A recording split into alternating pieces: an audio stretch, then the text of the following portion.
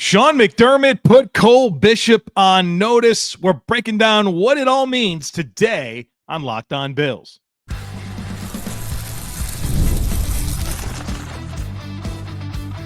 You are Locked On Bills, your daily Buffalo Bills podcast.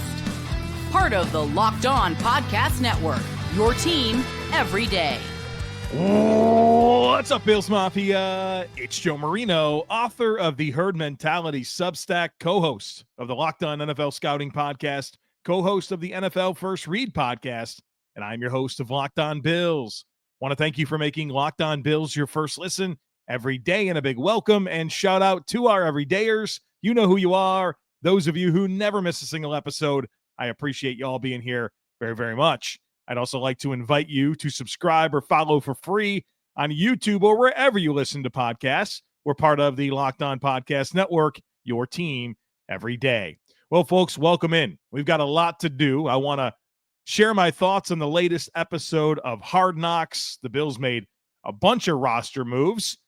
Gabe Davis is going to visit the team, but we start with what Sean McDermott said about Cole Bishop yesterday. And he put him on notice. So let's talk about it. And I want to go on a journey through three different quotes from Sean McDermott regarding Cole Bishop this offseason. Let's go back to February. Sean McDermott said this, quote, "You want a young player to understand the system to the point where he can play fast and you can see his true skill set." He elaborated a lot more, but at the core of what he said about Cole Bishop, it was that. Get the system down to the point where we can really see what type of player you are. Last week, as Cole Bishop continued to miss time this training camp preseason with the quad injury, Sean McDermott said this, quote, "Cole has missed quite a bit of time just like last year. It remains to be seen what he's truly able to do for us, and that's a big position for our defense." Yesterday, after Cole Bishop returned to practice at the joint practices with the Bears last Friday, he played 12 snaps in the preseason game against the Bears on Sunday night. This is what Sean McDermott said, quote, "He has shown to this point that the ability, the skill can be there. We're just not there yet. The availability affects that. We're still looking to find who it is going to be in terms of the safety to play next to Taylor Rapp." Pretty direct messaging. But also, not unlike what Sean McDermott said about Terrell Bernard entering the 2023 season. If you remember, that was coming out of Tremaine Edmonds going to the Bears. You have this competition between Tyrel Dotson, Terrell Bernard, and I guess Dorian Williams to be the starting middle linebacker. And Terrell Bernard, remember, had an injury during training camp. He missed a bunch of time, really didn't play in the preseason. You're knocking on the door of the season, wondering who the middle linebacker is going to be. And this is what Sean McDermott said on August 17th, 2023. Shout out Uber Hansen on X at UberHansen. It's a great follow. It's an account that puts a lot of good information out there and has a lot of very good arguments about the Bills. So encourage you to follow. And this was brought up by Uber Hansen yesterday on X. It's a great find. Again, August 17th, 2023, when discussing the middle linebacker competition. Quote, "There's room for improvement when it comes to the middle linebacker job." He mentioned communication, leading the defense, running the defense, called it, quote, "an area of concern right now." We know how this plays out. Terrell Bernard wins the job, and he's awesome, and he's been extended to a new contract. Right when that was getting down to the wire, too. So part of me thinks that this is Sean McDermott very much making sure that Cole Bishop is putting his best foot forward and his pencil is sharp, right? But maybe there's some real truth to this where they don't feel comfortable with Cole Bishop and what he's shown to this point, and there are alternatives that they're exploring. I think the intent is certainly for Cole Bishop to be the starter next to Taylor Rapp. Everything I observed when I was at camp for a week was those two guys were joined at the hip doing everything together. It was clearly the intent for them to be the starting safety tandem. Now, of course, Bishop missed a bunch of time and didn't play particularly well against the Bears, and we're left with a lot of doubt and concern and worry about what type of player he's going to be. And I understand why anyone would be concerned about Cole Bishop. I am too. It all has to come together, and we've yet to see that happen. He played a little over 450 snaps last year. I thought he got better throughout the course of the season. But when you look at the overall picture and zoom out and you're mindful of how much time he's missed each of his two off seasons prior to his rookie year, and then, of course, this past year, you have some doubts. That missed time has certainly not positioned him well to play his best football. So what do the Bills do? I think plan A is still Cole Bishop to ramp up and be the guy. I think that's what the Bills want to happen, and I think they're going to give it every opportunity to be that way. Other than that, if there's going to be an option on the roster, it would be one of these players. Damar Hamlin, I think we know what that looks like. Very low ceiling, kind of a get-by player, right? Not an ideal starter. He's going to have some deficiencies. He'll hold his head above water in some areas, but certainly a player you'll always be hungry to upgrade. Could it be Cam Lewis? Cam Lewis brings a lot of value as the dime defensive back, as a starting, big-time core special teams player and back up to Taron Johnson in the slot. Can he be full-time at safety? Derek Forrest, it's a player I've been intrigued with. He's been very quiet throughout camp and preseason, hasn't done much to turn heads or give us any indicators that it's coming along well there. In fact, at this point, I'm not really expecting him to make the team. Jordan Hancock, rookie. I like where that's heading. I don't really know how ready he is to go. He's got his own shoulder injury now that puts this week in jeopardy against Tampa for the preseason finale. Trey Herndon is a late signing, right? About a week ago, he was added to the roster, started a good amount of games for Jacksonville. Doesn't seem overly appealing to me. You have Wande Owens, UDFA. He's intriguing, but low investment. I like some of his tape. Some good trigger, some good click and close, but has he done enough to this point that makes you feel like he's a legitimate candidate? I don't think so. So those are your in-house options. Could the Bills go to an outside player for the answer? Could it be Justin Simmons? I know it's a popular idea. Justin Simmons is a good football player. He turns 32 in November. Had a great run with Denver. Was good for Atlanta last year. I'm sure it would be an attractive opportunity for him. Will the Bills go with an outside addition? I think the challenge with that is they really do look to the safety position to communicate and help set the defense. And certainly Justin Simmons has played a ton of football. You feel like he could pick things up quickly, but there's no proof of concept in Buffalo. I'm not saying that they shouldn't go after him for these reasons, but I'm telling you predictively why I think the Bills might not go after Justin Simmons is the fact that they don't really have any time with him. They don't know him.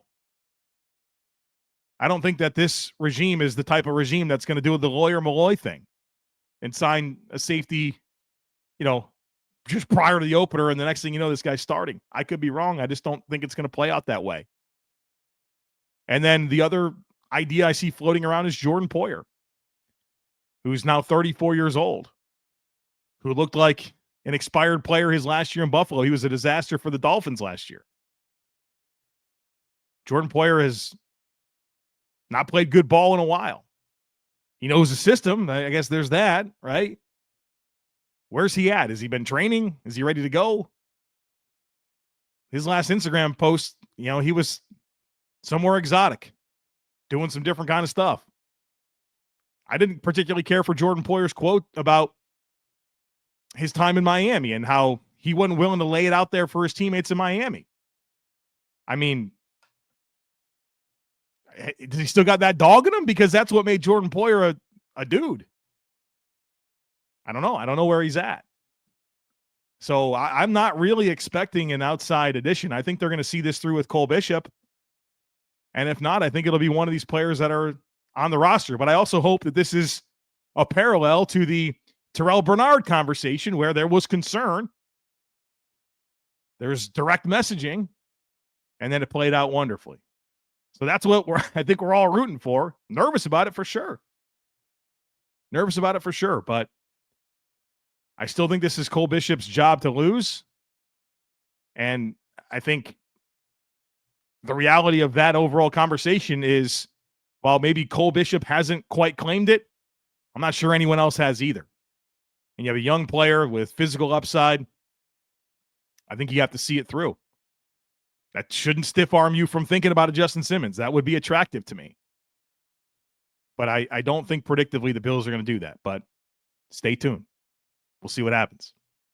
All right, coming up next, Gabe Davis reported to have a visit with the Bills this week. We'll talk about that and more. Folks, be sure to stick with me.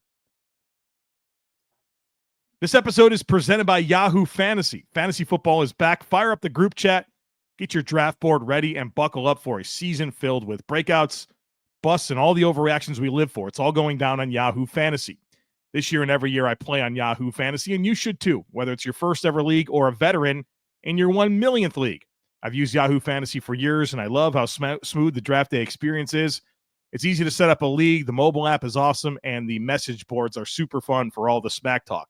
To celebrate 28 years of fantasy football greatness, Yahoo Fantasy is dropping 28 big new features over 28 days throughout August. To kick it off, they just dropped Yahoo Fantasy Guillotine Leagues, a killer new way to play fantasy football on Yahoo, where the lowest scoring team gets eliminated each week until there's one team left standing. With the season around the corner, now is the time to get your league together and give this new mode a try. If you're more into the classics, you can still play in head-to-head private leagues or join a public league. Stay tuned for more killer announcements and start playing Yahoo Fantasy Football now at yahoofantasy.com/LockedOnNFL. All right, folks, welcome back. Gabe Davis, Jordan Schultz, has reported that he is scheduled to visit the Bills later this week. And, of course, he had a visit with the Pittsburgh Steelers, and his next stop is Buffalo. We know Gabe Davis, right? I think the first thing that I think about regarding this possibility is I'm not sure Gabe Davis is healthy. You've seen discussion. Cover One's put some good information out there. I think they have some good connections to Gabe Davis where the indicators are that he's still working back from injury.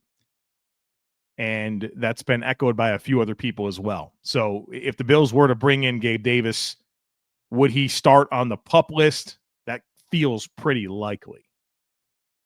My exception, and I've talked about Gabe Davis so much on this podcast, my exception with Gabe Davis is Gabe Davis as a top 3 option for a receiving core.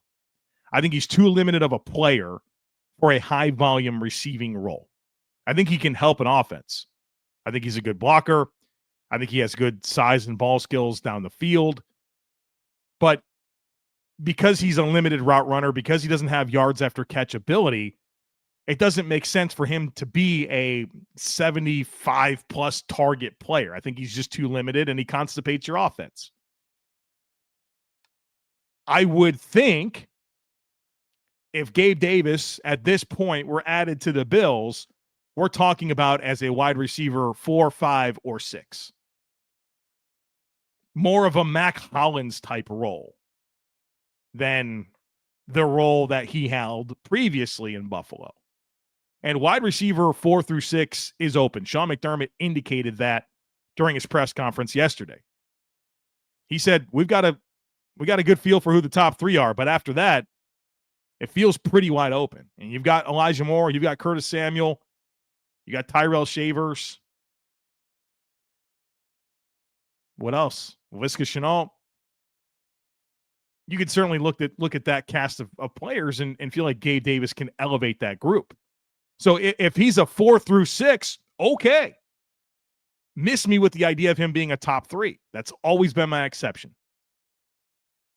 The downside here is if it's something different than that. If he comes in and it hinders Keon Coleman's development and opportunity, because there's so much more of a ceiling with Keon. There's so much more skill with Keon compared to Gabe. But I think these circumstances that are presented where it's, we're talking doorstep of the season. Gabe's not healthy. You've come out and said your top 3 are established. This feels like a wide receiver 4 through 6 addition. Now, ideally, you'd get some special teams impact there, and that's not something that Gabe Davis has done in his career. So I can take it or leave it, but I'm also not going to ignore that Gabe Davis has made some big plays throughout his career, that he does bring something to a team, and you're talking about a receiver core where the depth beyond the top 3 is wide open. So, again, I could take it or leave it, but I don't think there's anything to be upset about if this comes together, because I do think it elevates your depth, and I'm about the Bills getting better. Let's talk about some of the injury stuff. Players that didn't practice on Tuesday: Cedric Van Pran Granger, Maxwell Harrison, Khalil Shakir. That's been a normal trio. Jordan Hancock with a shoulder. Keontae Jenkins, depth linebacker, and Tylen Grable. Actually, I think it wound up being that Tylen Grable had a red non-contact, so it seems like he's progressing through the concussion protocol. I certainly hope he can go this week against Tampa. We'd love to see some tape on him this preseason. It's been a very disappointing part of this preseason, this training camp, is that we just didn't get a great opportunity to look at Tylen Grable, Cedric Van Pran Granger, or Alec Anderson, who are 3 key reserves for this offensive line that I think had potential to be starters in time. And this feels like some big lost time for all of those guys. Limited participants in practice: Alec Anderson, Curtis Samuel, Shaq Thompson, Tyler Bass, Connor McGovern, Nelson Caesar. Sean McDermott maintains that they're hopeful Tyler Bass kicks this week against Tampa. Oh, Cam Lewis, Javon Solomon, Edifwan Ulofosio also limited. The Bills signed wide receiver Grant Dubose and running back Jarvian Howard.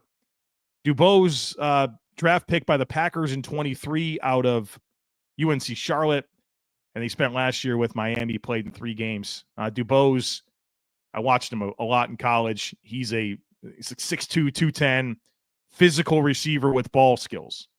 So I think the Bills and kind of the players they've been adding and considering adding here to the bottom of the depth chart are more that type of player.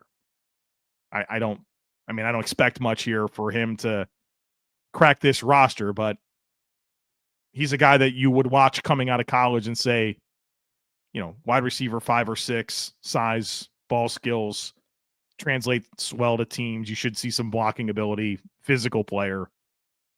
We'll see where that goes. Now, this Jarvian Howard sounds like he got hurt in practice on Tuesday, and didn't finish, which is not great because the Bills need another running back to get through this preseason game besides Frank Gore. You don't want to give the ball to James Cook or Ray Davis or Ty Johnson.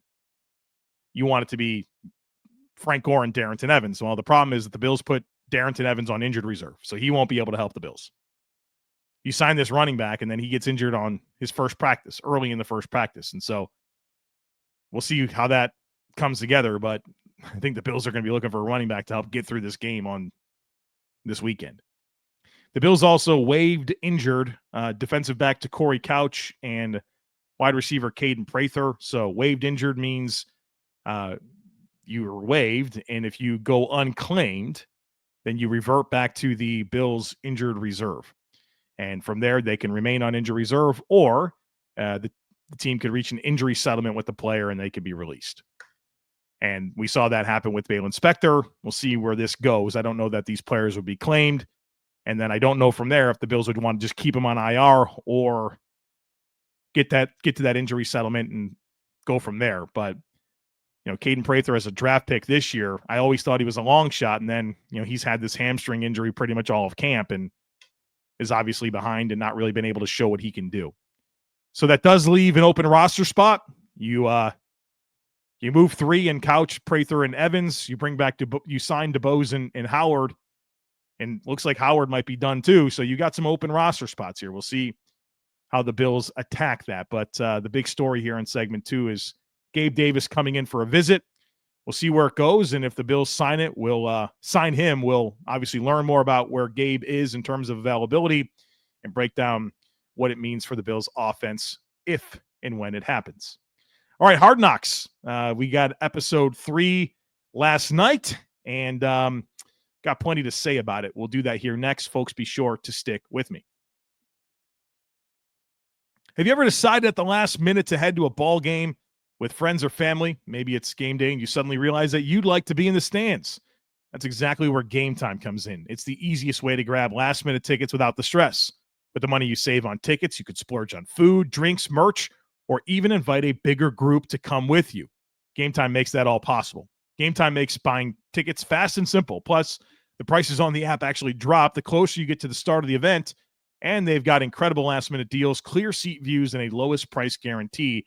It takes the worry out of buying, and I love this. You get seat views right in the app before you buy, so you know exactly what it's going to look like when you get to the venue, and there's no surprise fees. The pricing is all in, so what you see is what you pay. There's nothing that's coming at the end of the transaction that's going to be a surprise. So take the guesswork out of buying tickets with Gametime. Download the Gametime app, create an account, and use code LOCKEDONNFL for $20 off your first purchase. Terms apply. Again, create an account and redeem code LOCKEDONNFL for $20 off. Download the Gametime app today. Last-minute tickets, lowest price guaranteed. Episode 3 of Hard Knocks happened, and I think it was comfortably the best episode yet.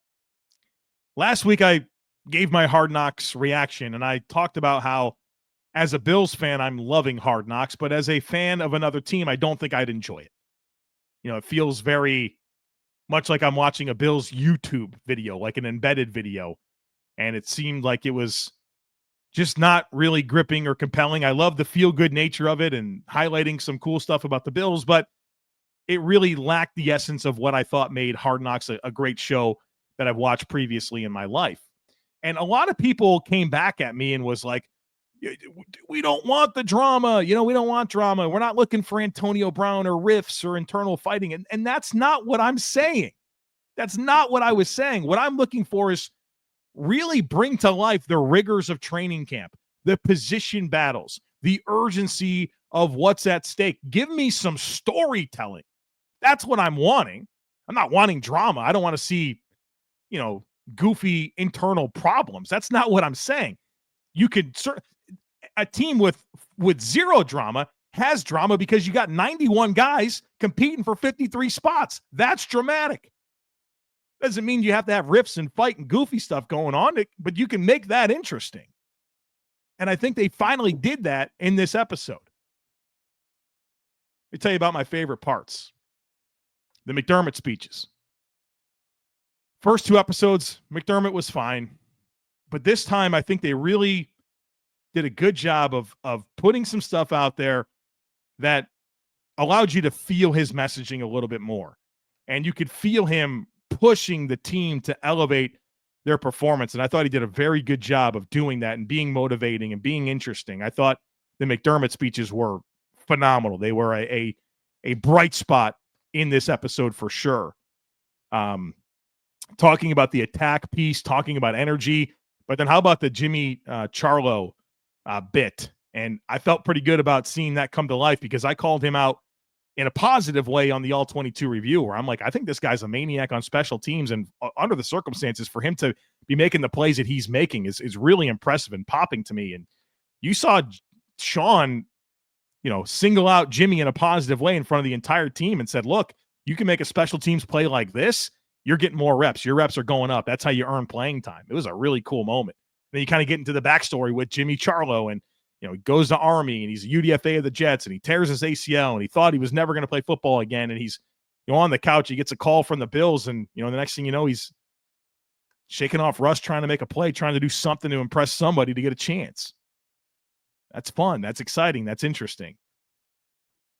I think he's got a chance. I really do. Because right now, Shaq Thompson continues to not really be available. Keontae Jenkins is injured. If the Bills keep 6 linebackers, Jimmy Charlo's got a chance to be linebacker 6. So I love the McDermott stuff. I thought the Babich and Brady clips were awesome too, especially Brady. Like when he's going through with his offensive staff talking about coaching through the entire film, like guys running to the ball, helping teammates off the ground if they were the ball carrier, emphasizing that with the coaching staff, I thought was a really cool piece. It's not just like, hey, the pre-snap and what you do during the snap, it's the post as well. I thought that was really cool to see the detail that Joe Brady was pushing for with his staff.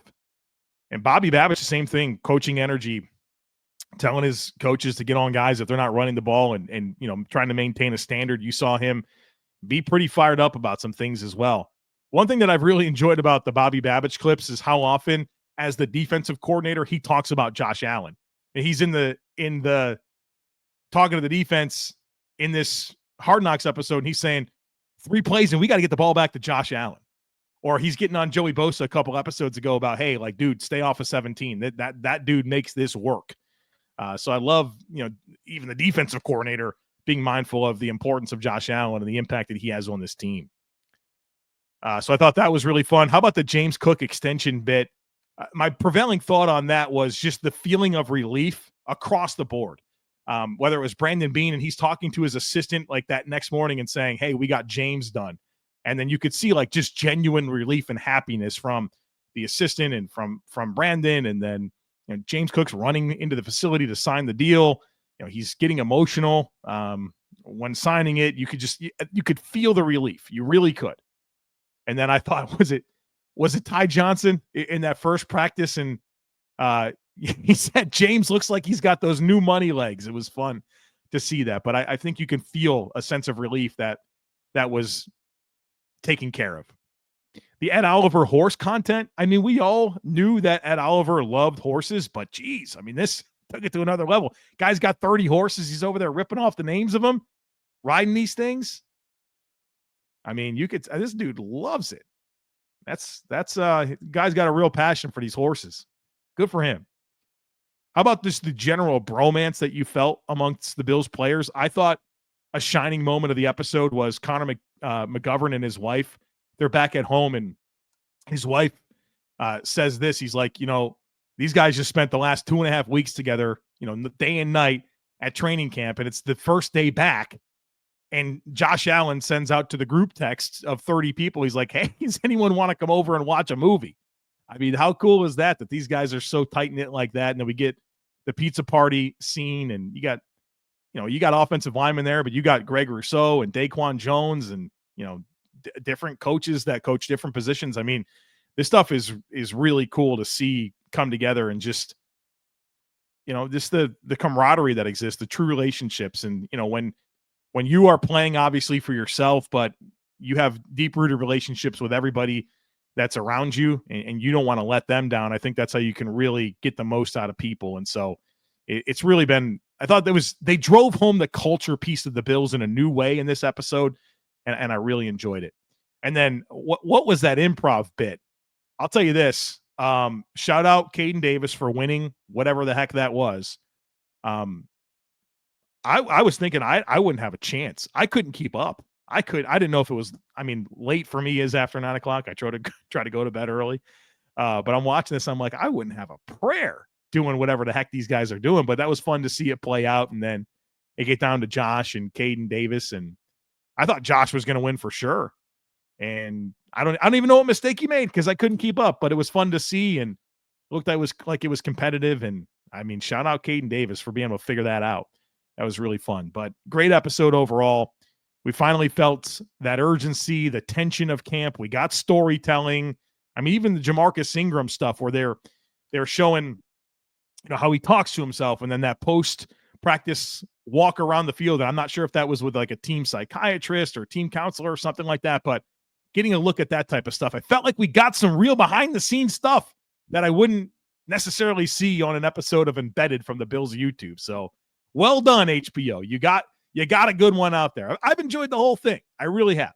That's not what I've been trying to say, but I think they could have done a better job of bringing together the urgency and the competition of a training camp. I'm not looking for drama. I don't need to see the Bills coaches yelling at each other or players at odds with each other or weird, exceptions that guys take and they do strange things. I don't need to see any of that, but you can make a training camp feel dramatic with what's going on because of the nature of it. And I finally felt like we got that in episode 3. All right, folks, that is going to do it for us here today on Locked On Bills. Thanks for being here. As always, I kindly ask that you share, subscribe, rate, and review. Have a great rest of your day. Go Bills. And I look forward to catching up with you again real soon.